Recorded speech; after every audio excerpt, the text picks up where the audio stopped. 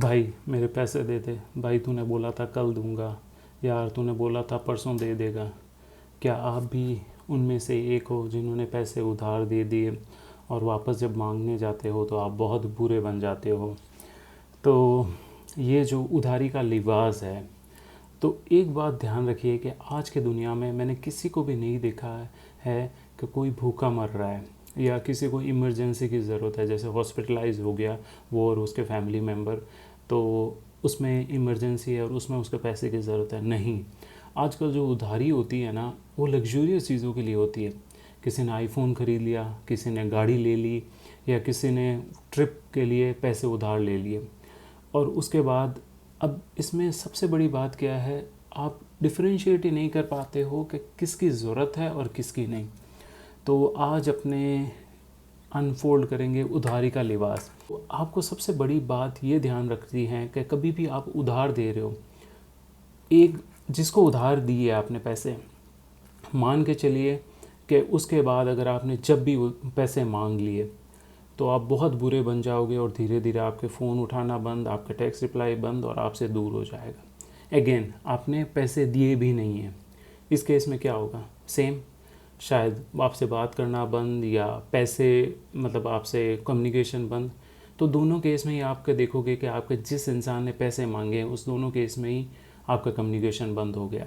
और उसके बाद अगर आपने किसी को पैसे दे दिए, उसको जो लेने में आपको एफ़र्ट्स लगते हैं, पूछे ही मत, आपकी मतलब ज़िंदगी बीत जाती है। तो मेरे पास भी काफ़ी केसेस है जो सालों बीत गए, जो आज तक उधारी में ही रह गए।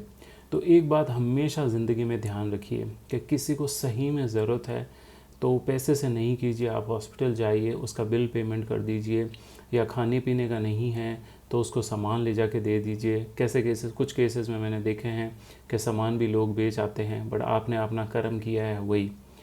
सेकंड थिंग, आपने अगर किसी को भी सही में पैसे दिए देना चाहते हो उधार में, एक चीज़ ध्यान रखिए कि आप इतने लिमिट में ही उधार दो कि जितने अगर आपके पास नहीं आएंगे तो आपको बुरा नहीं लगेगा। तो माइट भी सबकी लिमिट अलग अलग होती है, किसी के 5,000, किसी के 10,000, किसी का 500, 1000। तो आप एक लिमिट बांध दीजिए कि इतने रुपए मैं दे रहा हूँ, अगर ये नहीं आएगा तो मेरे दिल में तकलीफ़ नहीं होगी। थर्ड इम्पॉर्टेंट थिंग, इन सब चीज़ों में आपको एक बात और ध्यान रखनी है कि कुछ आपके दोस्त होंगे, रिलेटिव्स होंगे जिनको सही में ज़रूरत है और वो इंसान भी जेन्युइन होगा। देखो, परिस्थिति लोगों की चेंज हो जाती है, उस केस में वो नहीं दे पाता है तो अलग बात है। किसी की नीयत और किसी के लिबास में अगर गलत सोच है ना, तो उसका आप कुछ भी नहीं कर सकते। तो थर्ड इम्पॉर्टेंट थिंग है कि आपको आइडेंटिफाई करना है। अगर आप सही में आइडेंटिफाई कर सकते हो कि किसको देना है किसको नहीं, तो बहुत अच्छी बात है, उनकी आप ज़रूर हेल्प कीजिए। तो होपफुली आज इस ज्ञान से आप 1% चेंज हुए होंगे। So thank you so much, keep following, keep watching.